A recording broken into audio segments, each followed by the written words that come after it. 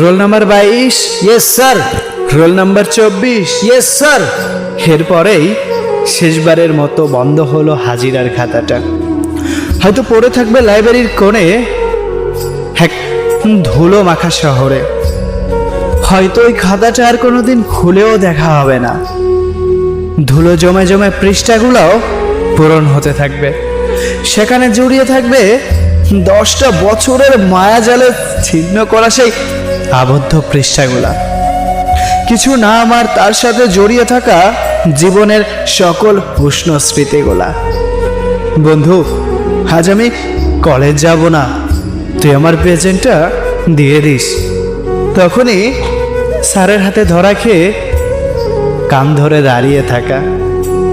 আমাকে কান ধরিয়ে দাঁড়িয়ে থাকতে দেখে ওই দিনে সকলের তামাশা, সকলে আমাকে নিয়ে টোল করতে থাকলো। সেই বন্ধু আমাকে নিয়ে টোল করলো, যেই বন্ধুর জন্য আমি কান ধরেছিলাম। হ্যাঁ, এটাই বন্ধুত্বের স্মৃতি। এমন স্মৃতিগুলা জড়িয়ে থাকে আজন্মকাল। একটা সময় আমরাও অনেক দূরে একটা কলেজে ভর্তি হই।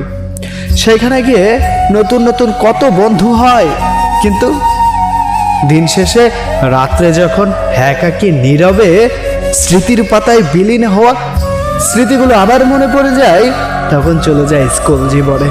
আর তখনই তোদেরকে বারবার মনে পড়ে রে, তোরা শুধু বন্ধু ছিলি না রে। ছোট্টবেলার বন্ধুগুলা নিঃস্বার্থ হয়। বড় হয়ে যখন বন্ধুদের মধ্যে স্বার্থপরতা দেখতে পাই, তখনই বুকটা কেমন যেন ছিদ্র হয়ে যায়। তারপরও চিৎকার করে বলতে মন চায়, স্কুল জীবনের বন্ধুগুলাকে আবারও ফিরে পেতে চাই। বন্ধু, তোরা হয়তো ভুলে গেছিস, তোরা হয়তো নতুন কলেজে গিয়ে নতুন বন্ধুদেরকে পেয়ে অনেক বন্ধুদেরকে ভুলে গেছিস।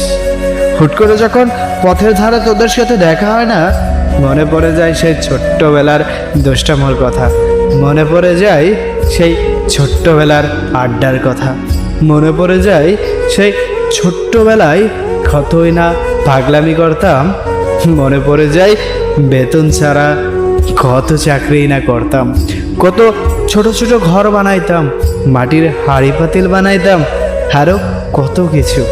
যদি তোদের সাথে এই বিষয় নিয়ে আবার আড্ডা দেই না, আড্ডা শেষ হবে না, আবার মনে হবে আরও একবার ফিরে পাই ওই ছোট্ট ছাত্র জীবন।